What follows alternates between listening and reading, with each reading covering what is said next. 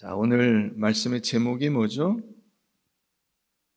맡은 자의 충성이라는 제목으로 말씀 나눠보도록 하겠습니다. 사도 바울이 교회 공동체에 대해서 이제 이야기하고 있습니다. 그 앞에 고린도 교인들의 그 자랑, 그들의 분파, 싸움 이런 것들에 대해서 사도 바울이 그 문제를 어떻게 해결할 것인가, 왜 이런 문제가 생겼는가 하는 것을 신앙의 근본 원리를 통해서 그들에게 가르쳐 주고, 이제 4장으로 넘어오면서 교회 공동체가 무엇이며 직분이 무엇이냐 하는 것을 이제 가르쳐 주고 있습니다.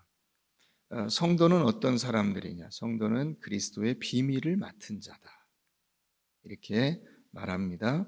이런 하나님의 비밀을 맡은 사람들이 가져야 할 기본적인 자세가 뭐냐? 그것을 오늘 본문에서 가르쳐 주고 있습니다. 그것이 바로 충성이라는 것이죠. 사도 바울은 고린도 성도들에게 이 고린도 교회를 사도 바울이 세웠음에도 불구하고 사도로서 인정을 받지 못하고 그 안에서 바울파, 아볼로파, 게바파 이런 어떤 싸움이 생긴 거예요. 분파가 나눠져 가지고. 사도 바울이 개척한 교회인데 이게 얼마나 답답하겠어요. 그것이 그들의 신앙이 뭔가 큰 문제가 있는 것이죠. 그래서 그런 것들을 간곡하게 당부를 하고 있습니다. 그 일에도 사도 바울 자신이 얽혀 있는데, 사도 바울은 여기서 자기가 맡은 이 사명이 무엇인가를 이야기하면서 고린도 교인들에게 충성을 이야기하고 있는 것입니다. 그래서 사람들에게 판단받는 것에 연연해하지 않고 하나님께 판단받는 것, 하나님께 심판받는 것, 하나님이 결정해 주시는 것에만 내 모든 것을 걸고 최선을 다해 사역한다 하는 것을 말하고 있습니다. 오늘 말씀을 살펴보면서 두 가지 중요한 단어를 우리가 먼저 체크를 좀 해볼 필요가 있습니다. 그게 무슨 뜻인가? 먼저 하나는 뭐냐면 맡은 자라고 하는 단어입니다. 맡은 자.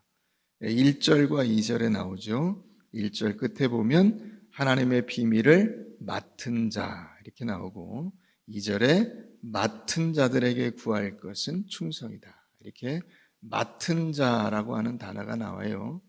이 맡은 자라고 하는 단어는 오이코노모스라는 헬라어 단어인데 우리말로 바꾸면 집사, 청지기 이런 뜻이에요.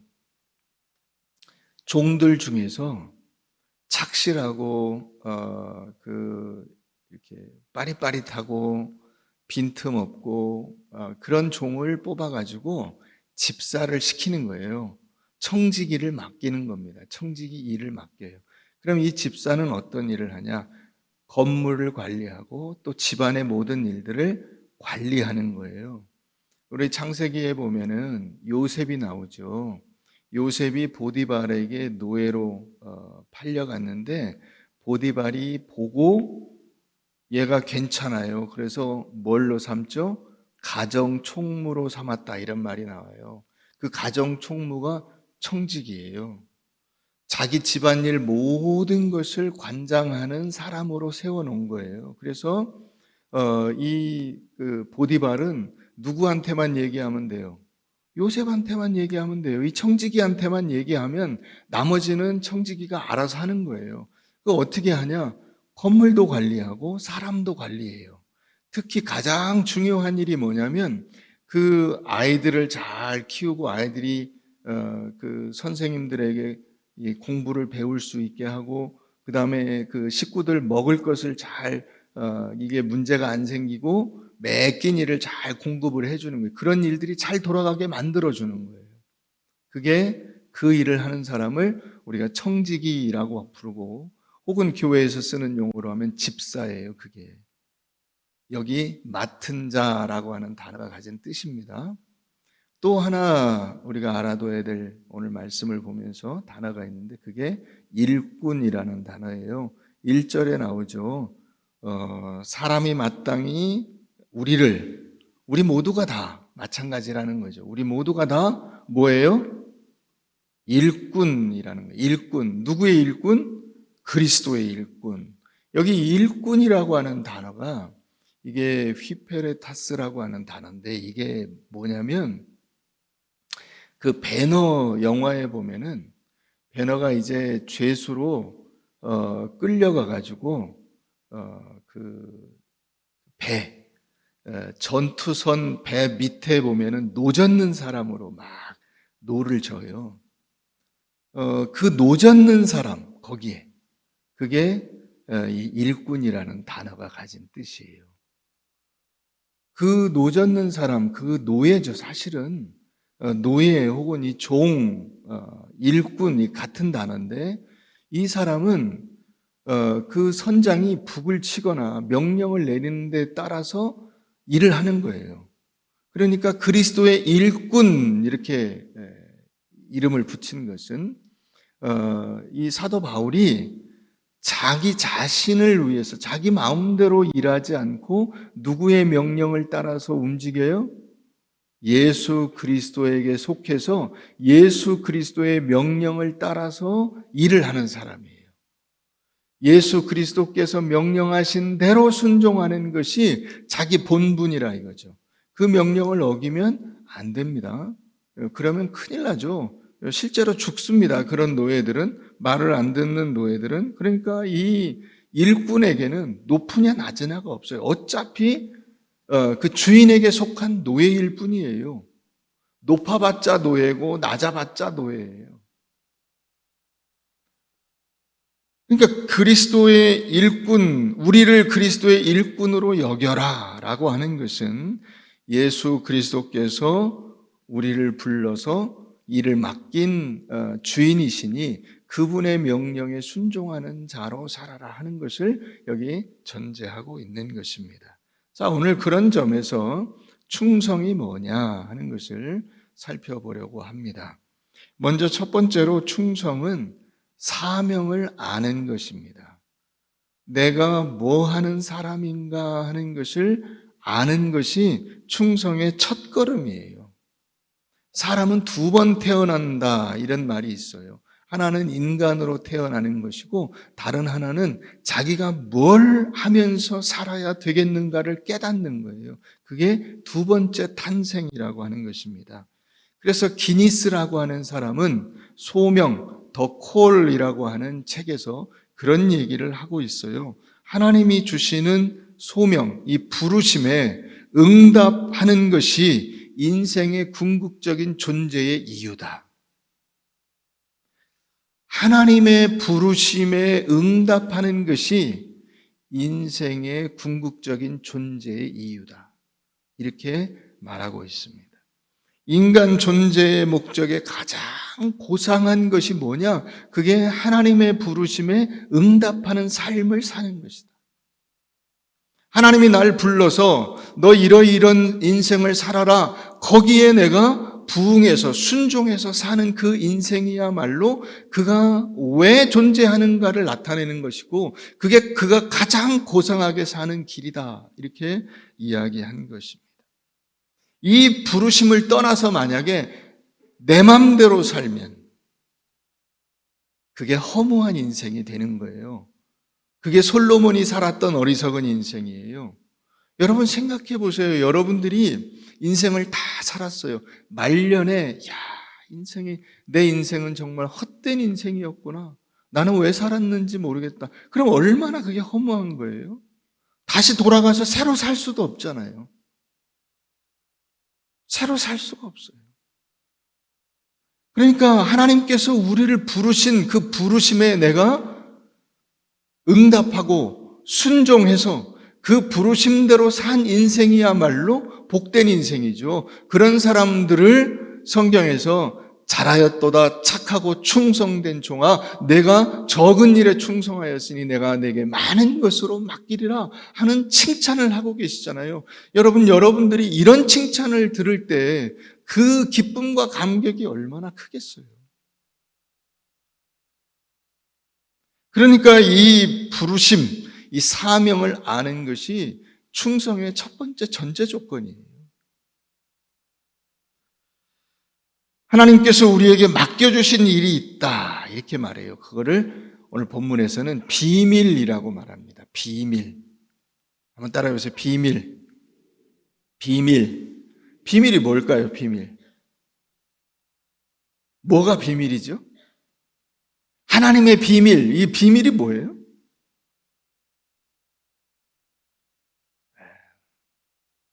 여러분 비밀을 다 갖고 있지 않아요? 각자?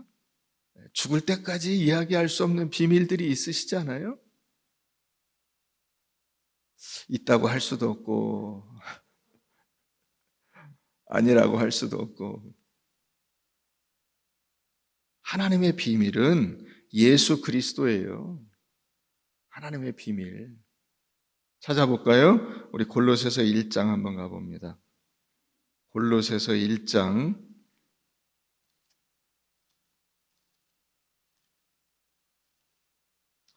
신약 325페이지 골로새서 1장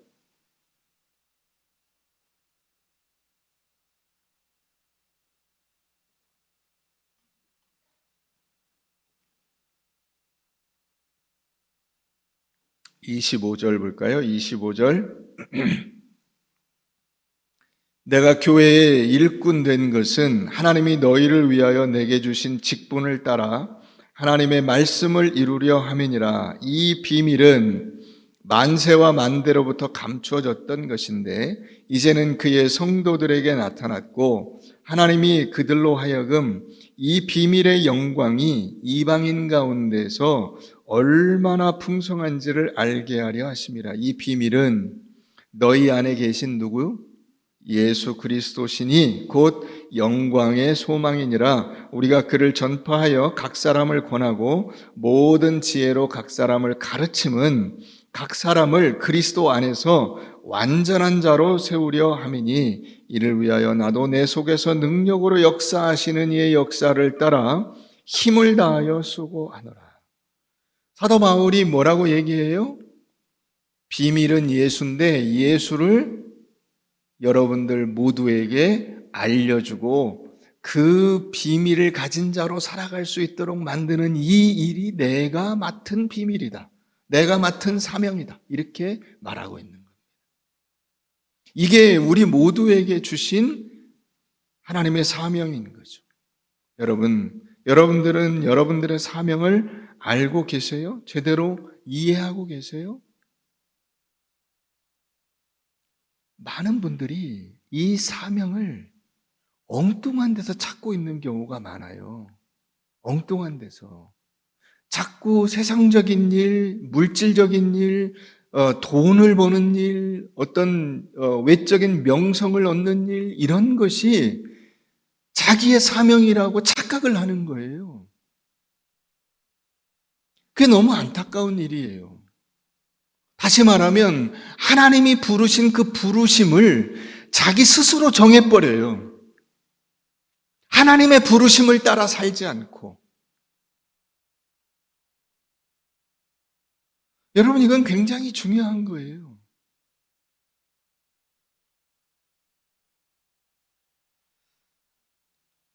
사사기 9장을 한번 가보겠습니다. 구약 사사기 9장.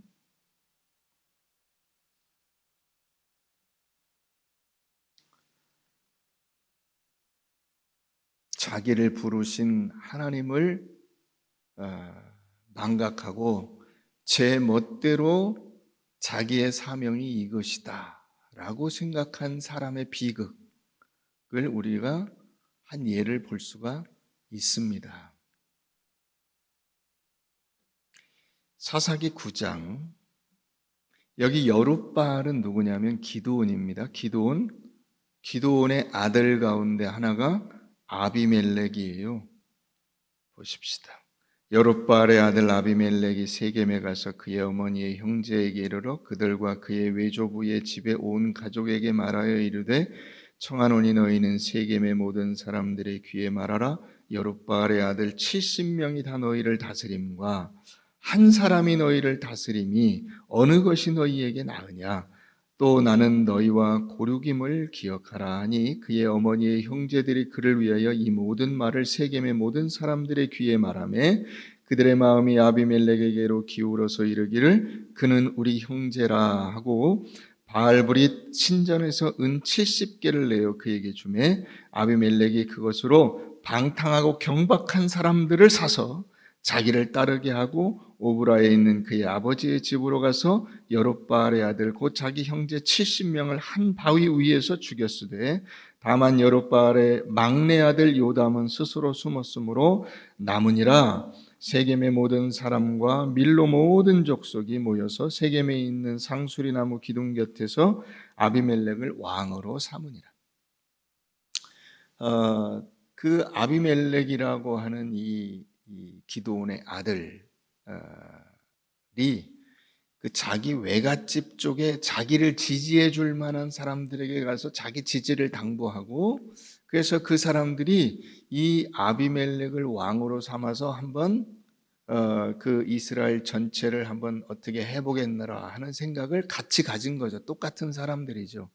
그래서 아비멜렉은 그 사람들이 그 헌금한 돈에서 준 은 70개를 가지고 자기를 지지해 줄 호위무사들을 뽑아가지고 그 사람들을 데리고 결국 정권을 잡았다는 거예요.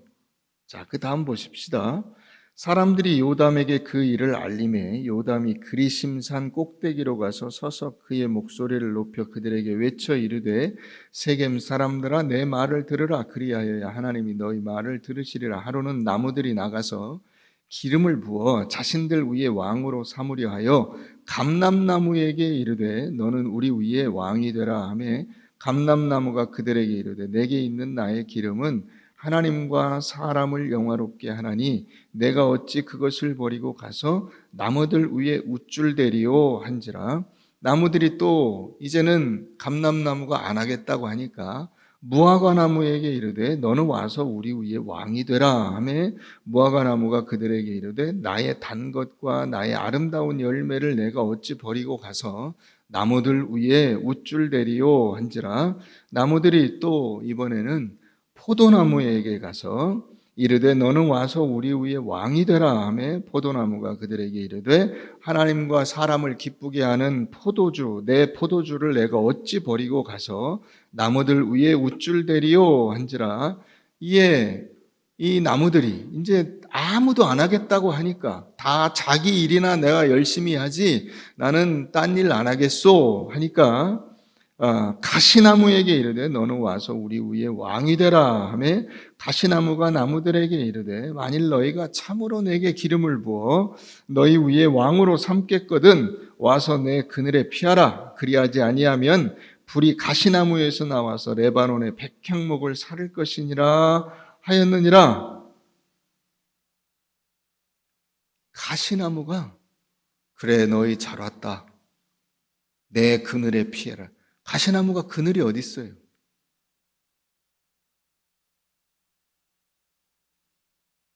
자기 주제를 모르는 거예요.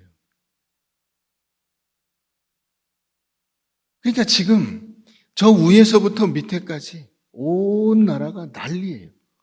위에는 위에대로 주제를 모르고 우쭐대고 있고 밑에는 밑에대로 일반 국민들은 자기가 하나님께 부름받은 것이 무엇인가를 모른 채 엉뚱한 일을 하려고 해요. 엉뚱한 일. 그게 대부분 어떤 일이죠? 사람들에게 박수 받는 일, 돈 많이 번다는 일, 세상에 명예를 얻는 일, 이런 것들이에요. 하나님이 참으로 나를 어디에 부르셨는가에 대해서 관심이 없어요. 그런데 관심이 없기 때문에 엉뚱한 일을 사명이라고 생각하고 달려다니고 있는 거예요. 이스라엘이 처음 1948년에 독립을 할 때 초대 대통령으로 여러분들이 알고 있는 그 유명한 아인슈타인을 초대하려고 했어요. 대통령으로.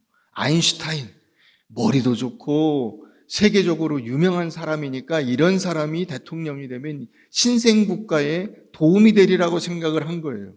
그래서 아인슈타인에게 가서 요청을 했더니 아인슈타인이 거절을 했어요. 나 말고도 대통령 할 사람은 잔뜩 있는데 내가 물리학에 대해서 알고 있는 것을 가르쳐주는 이 일은 나 아니면 할 사람이 없다. 나는 그 일이 내가 할 일이라고 생각한다. 그리고 거절했어요. 이스라엘의 수상 가운데 한 명이었던 벤구리온이라는 사람이 있어요. 이 사람이 유명한 장군이었어요. 근데 이제 전쟁에 이기고 승리해서 이스라엘 사람들이 그를 수상으로 뽑았어요. 그래서 수상을 조금 하다가 그만두고 낙향을 하겠다는 거예요. 자기 고향으로 가서 일하겠다는 거예요. 그 왜 가냐 그랬더니 수상할 사람은 나 말고도 많은데 이스라엘의 그 유명한 키부츠 농장 있잖아요. 그 황무지를 일궈서 거기에 그 수도관을 대가지고 이 농작물을 그 가꾸는 그 농장, 키부츠 농장에 거기 가서 땅콩 농사를 짓는 일은 나보다 더 잘하는 사람이 없다. 나는 가서 시골에 가서 그 땅콩 농사를 지을란다. 그리고 그만두고 내려갔어요. 여러분, 오늘날 사람들이 자기 사명이 무엇인가에 대해서 제대로 몰라요. 왜 그런지 아세요? 하나님이 날 부르신 것에 대해서 관심이 없기 때문이에요. 나를 어디에 부르셨는가 하는 것에 대해서 관심이 없어요. 나를 왜 부르셨는가에 대해서 관심이 없어요. 하나님과 상관이 없어요. 그리스도의 일꾼이라고 하는 개념 자체가 없어요. 내가 맡은 자라고 하는 이 개념이 없어요. 나에게 이 일을 맡겨주신 분, 나를 부르시고 나에게 그 임무를 주신 분이 누구신가에 대해서 관심이 없어요. 그러니까 사명이 뭔가를 모르죠. 엉뚱한 일을 사명이라고 생각하고 달려다니고 있는 거예요. 그런 사람이 삼손이에요. 삼손. 하나님이 그를 나실인으로 부르셨잖아요. 그 나실인으로 순종해서 사는 일이 얼마나 귀하고 영광되고 아름다운 일인가를 모르고 뭐 하고 다니죠? 그 한심한 인생을 산 거예요. 이 사사기 전체가 뭘 말해주고 있냐면 여러분 우리가 사사기를 읽으면 그 인간이라고 하는 한심한 존재가 본성을 따라 살 때 어떤 삶을 살게 되는가 하는 것을 보게 되는 거예요. 죄에 물든 인간이 자기의 욕심을 따라 살 때 하나님이 주신 사명이 무언가를 모르고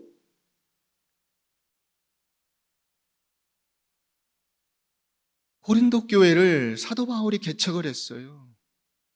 근데 고린도 교인들이 자랑을 하는 거예요. 우리만큼 지혜롭고, 우리만큼 믿음 좋고, 우리만큼 은사를 많이 받고, 우리만큼 방언자라고, 우리만큼 열심히 신앙생활 하는 사람이 어디 있나? 보니까 사도 바울 당신도 진짜 사도가 아닌 것 같다. 저렇게 말이 어눌하고, 저렇게 그 얼굴 볼품새가 별 볼 일 없고, 저렇게 수시로 쓰러지고 병들어서 골골하고 그게 무슨 사도냐? 사도 바울이 거기에 대해서 뭐라고 이야기하죠? 하나님이 나에게 맡겨주신 그 일에 내가 최선을 다해서 전심전력할 뿐이다. 여러분들이 저에게 그렇게 얘기해도 저에게 하나님이 맡겨주신 사명은 뭐냐면 여러분들에게 십자가를 전하고 여러분들이 십자가를 붙들고 십자가를 따라 사는 삶을 살도록 만드는 이 일은 제가 해야 될 일입니다. 라고 이야기하고 있는 거예요, 지금. 아이러니죠.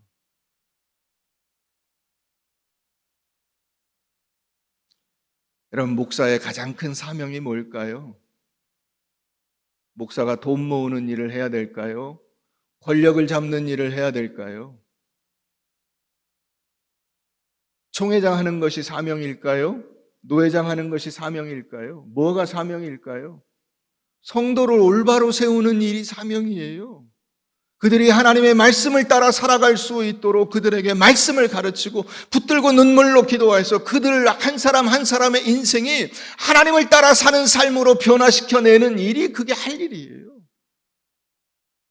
그거 말고 뭐가 사명이에요? 무엇을 하나님이 사명으로 주셨을 것 같아요?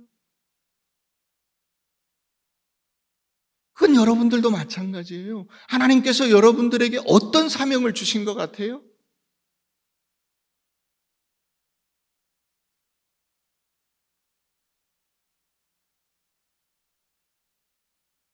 바울은 자기 십자가를 지닌 것에 모범을 보였다라고 우리가 읽지 않았습니다만 6절 말씀에서 말하고 있어요. 내가 아볼로와 함께 너희에게 본을 보였노니. 뭘 본을 보인 거죠? 십자가를 붙들고 사는 거, 십자가의 삶을 사는 거. 예수 그리스도를 따라 조롱과 멸시를 받더라도 하나님께서 맡겨주신 그 사명을 완수하는 일에 자신들의 모든 것을 거는 거. 그 일로 모범을 보였다고 이야기합니다. 이렇게 모범을 보이는 그 힘이 어디서 나왔는가 하는 것을 우리가 그 앞에 3장 20절, 21절에서 볼 수가, 22절, 23절에서 볼 수가 있어요. 자, 한번 가보세요. 고린도전서 3장 22, 23절. 바울이나 아볼로나 게바나 세계나 생명이나 사망이나 지금 것이나 장래 것이나 다 너희 것이요 너희는 그리스도의 것이요 그리스도는 누구의 것이다? 하나님 것이다. 사도 바울은 그러니까 누구 거예요? 하나님 거예요. 사도 바울은 1차적으로는 교회에 속한 것이고 2차적으로는 예수 그리스도에게 속한 것이고 최종적으로는 하나님께 속한 존재예요. 그것을 사도 바울이 명확히 지금 못 받고 있는 겁니다. 내가 누구 거냐? 나 하나님 거다. 내가 누구 거냐? 나 예수님 거다. 내가 누구 거냐? 이 교회 거다. 내 마음대로 하는 거 아니다. 여러분, 오늘날 이런 생각들이 별로 없어요. 부부간에도 서로가 서로에게 속해 있다는 것이 없어요. 내가 주인이다 이런 생각만 있어요.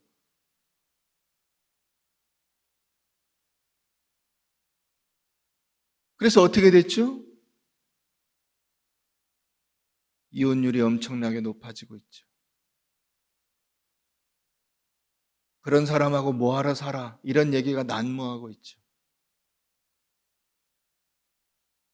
안 믿는 사람들이 그렇게 사는 것은 그건 상관없어요.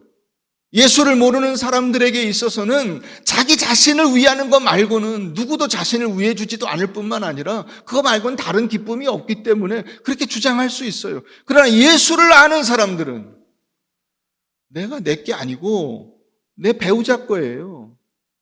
남편은 아내 것이고 아내는 남편 거예요. 그러니까 서로를 주장할 수 있는 거죠.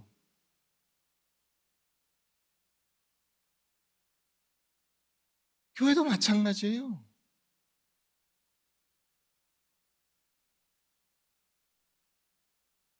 교회에서 성도들이 해야 할 것은 내 욕심을 충족시키는 것이 아니고 상대방을 비방하고 조롱하는 것이 아니고 나는 너와 다르다 이런 자랑을 하는 것이 아니고 하나님께서 내게 맡겨주신 그 십자가의 일을 감당하는 거예요. 내가 그 십자가를 지고 죽는 겁니다.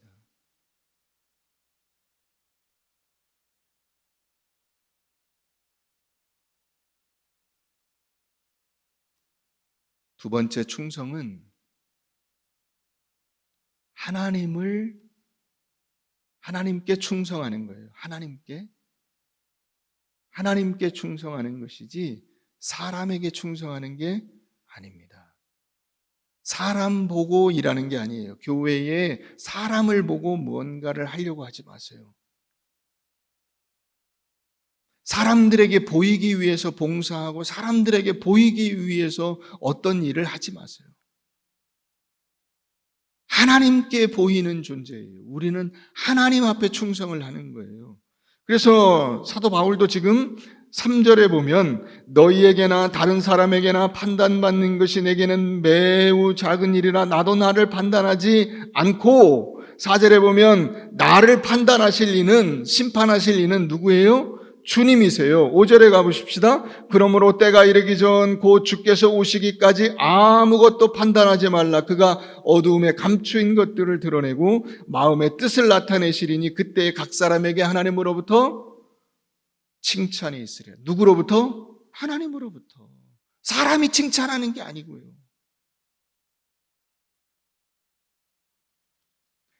자, 고린도 후서 뒤에 갈라디아서 1장 10절 한번 가보겠습니다. 갈라디아서 1장 10절.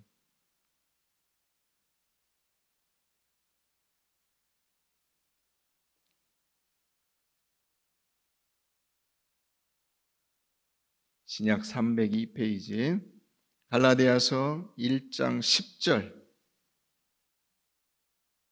다 같이 읽겠습니다. 시작. 이제 내가 사람들에게 좋게 하랴 하나님께 좋게 하랴 사람들에게 기쁨을 구하랴 내가 지금까지 사람들의 기쁨을 구하였다면 그리스도의 종이 아니니라.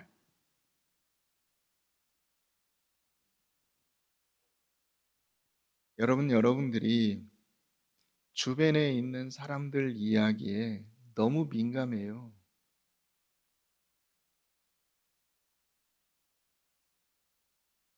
너무 많은 의미를 부여하지 마세요. 남이 뭐라고 말한다 그런 거에 너무 민감하게 반응하지 마세요. 여기 사도 바울도 이야기하잖아요. 내가 사람들에게 좋게 하랴 하나님께 좋게 하랴. 내가 만약 지금까지 사람들의 기쁨을 구하는 것이었다면 나는 아무것도 아니다. 사람의 명령을 따라 순종하는 사람이면 사람의 종이잖아요. 하나님의 종은 하나님의 명령을 따라 순종하는 사람이어야죠. 그런데 왜 자꾸 사람들의 이야기에 귀를 기울이세요?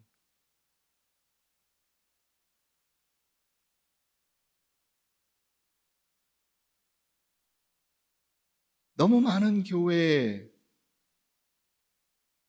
그리고 수많은 교인들이 사람 쳐다보느라고 하나님께서 맡겨주신 이 사명을 감당하는 일에 집중을 못하고 신앙에 실패해버리는 거예요. 결국 내게 맡겨주신 사명을 감당함으로써 그 사명을 감당한 것에 대해서 판단하시고 너 잘했다 혹은 너 잘못했다 악하고 게으른 종아 할 것인지 잘했다 착하고 충성된 종아 할 것인지 그걸 누가 해줘요? 하나님께서 해주시는 거예요.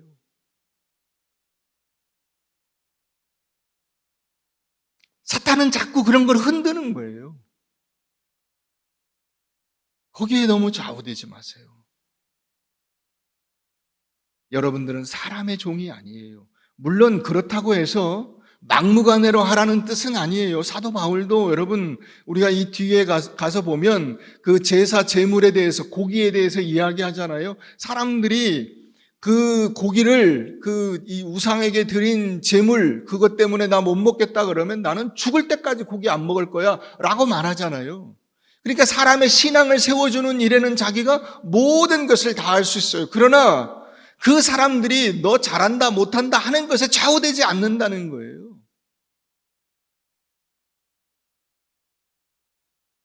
여러분 그런 사람들의 이야기에 상처를 받거나 기분 나빠서 교회를 옮겨 다니는 일도 비일비재해요. 그것이 하나님께서 부르신 부르심인가를 우리가 생각해 볼 필요가 있어요.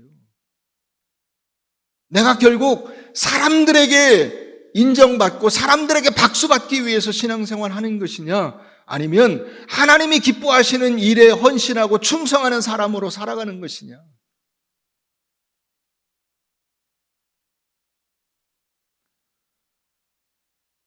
충성은 하나님께 드리는 겁니다. 세 번째로 충성은 사랑으로부터 나오는 겁니다. 하나님을 사랑할 때 충성을 할 수가 있어요.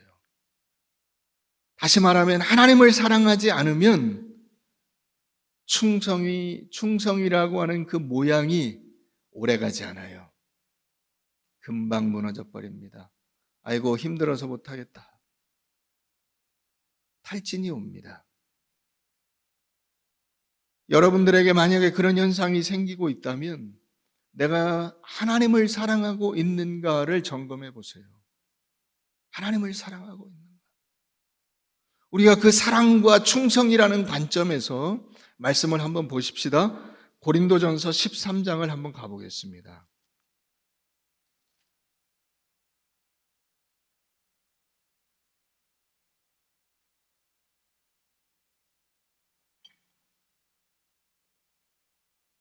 고린도전서 13장. 하나님을 진심으로 사랑하면 충성할 수 있는 것인데, 이 사랑이라고 하는 그 여러 가지 이야기들을 오늘 본문을 이렇게 쭉 읽어보면 느껴지는 게 있어요. 내가 사람의 방언과 천사의 말을 할지라도 사랑이 없으면 소리나는 구리와 울리는 꽹과리가 되고, 내가 예언하는 능력이 있어 모든 비밀과 모든 지식을 알고 또 산을 옮길 만한 모든 믿음이 있을지라도 사랑이 없으면 내가 아무것도 아니요 내가 내게 있는 모든 것으로 구제하고 또 내 몸을 불사르게 내줄지라도 사랑이 없으면 내게 아무 유익이 없느니라. 사랑은 오래 참고 사랑은 온유하며 시기하지 아니하며 사랑은 자랑하지 아니하며 교만하지 아니하며 무례히 행하지 아니하며 자기의 유익을 구하지 아니하며 성내지 아니하며 악한 것을 생각하지 아니하며 불의를 기뻐하지 아니하며 진리와 함께 기뻐하고 모든 것을 참으며 모든 것을 믿으며 모든 것을 바라며 모든 것을 견디느니라. 여러분, 사랑의 모습이 어떤 모습이죠? 충성스러운 종의 모습이에요. 충성스러운 종의 모습이 어디서부터 나오는가 하는 것을 알려주고 있어요. 사랑하는 데서부터 나오는 겁니다. 사랑하는 데서부터. 여러분, 하나님을 사랑하세요?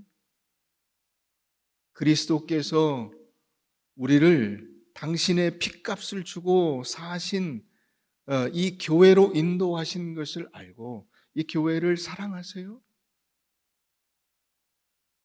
이 교회에서 다른 성도들과 함께 서로 사랑하며 살라고 이끌어 주신 그 우리의 지체들을 사랑하세요?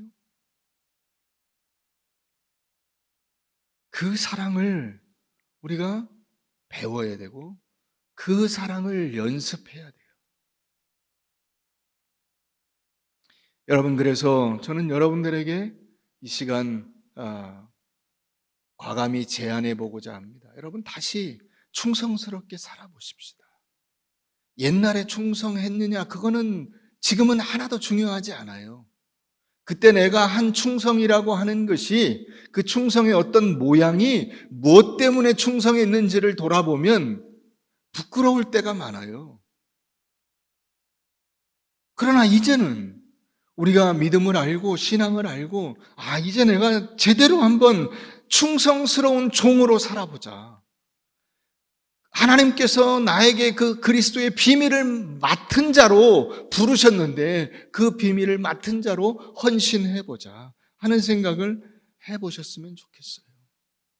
여러분, 그래서 우리가 다시 기본으로 돌아가는 거예요. 예배를 예배답게 드려보십시다. 건성으로 예배 드리지 말고 신령과 진정으로 예배를 드리십시오. 대충대충 나 편한 대로 하려는 마음, 꾀부리고 요령부리고 그래서 예배당 뒷자리에서 적당히 앉아 예배 시간을 때우려고 하는 마음 버리고 지각하고 결석하지 말고 제 시간에 와서 하나님께 찬양하고 정성을 쏟아 기도하고, 여러분들도 매주 기도문을 한번 적어 갖고 와보세요. 하나님 앞에 드리는 기도, 그냥 와서 구경하는 사람으로 앉아있다 가지 말고 나도 오늘 예배에 가서 기도 인도하는 그분처럼 나도 한번 내 기도를 드려보자. 그래서 그 기도문을 한번 적어 갖고 와보세요. 예배당 들어올 때 그 무엇에도 방해를 받지 않을 수 있도록 핸드폰 한번 끄고 들어와 보세요. 예배 시간 1시간을 못 버티고 수시로 핸드폰 꺼내보고 딴 생각하지 말고 하나님 앞에 진정으로 한번 1시간만이라도 제대로 예배를 드려보세요. 말씀을 제대로 귀담고 들어보세요. 하나님 앞에 찬양을, 그 가사를 음미해가면서 뜨겁게 드려보세요.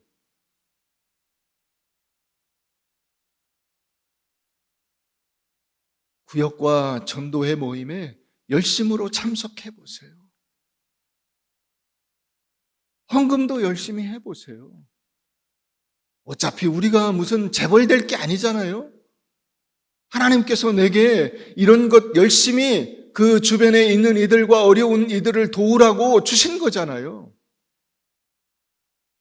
아둥바둥하지 말고 제대로 된 11조 드려보고 제대로 된 감사헌금 드려보고 제대로 된 선교헌금 드려보고 한번 드려보자고요.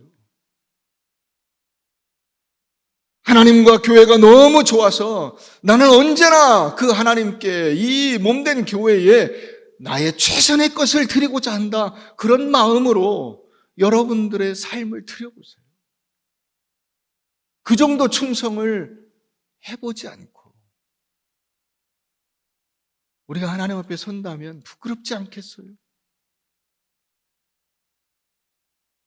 예수 믿는 맛을 한번 제대로 느껴보는 신앙생활을 해보십시다. 그래서 내 마음에, 내 인생에, 가정에, 직장에, 우리 교회에 진정한 부흥이 무엇인가를 경험할 수 있는 여러분들 다 되시기를 주의 이름으로 축원합니다.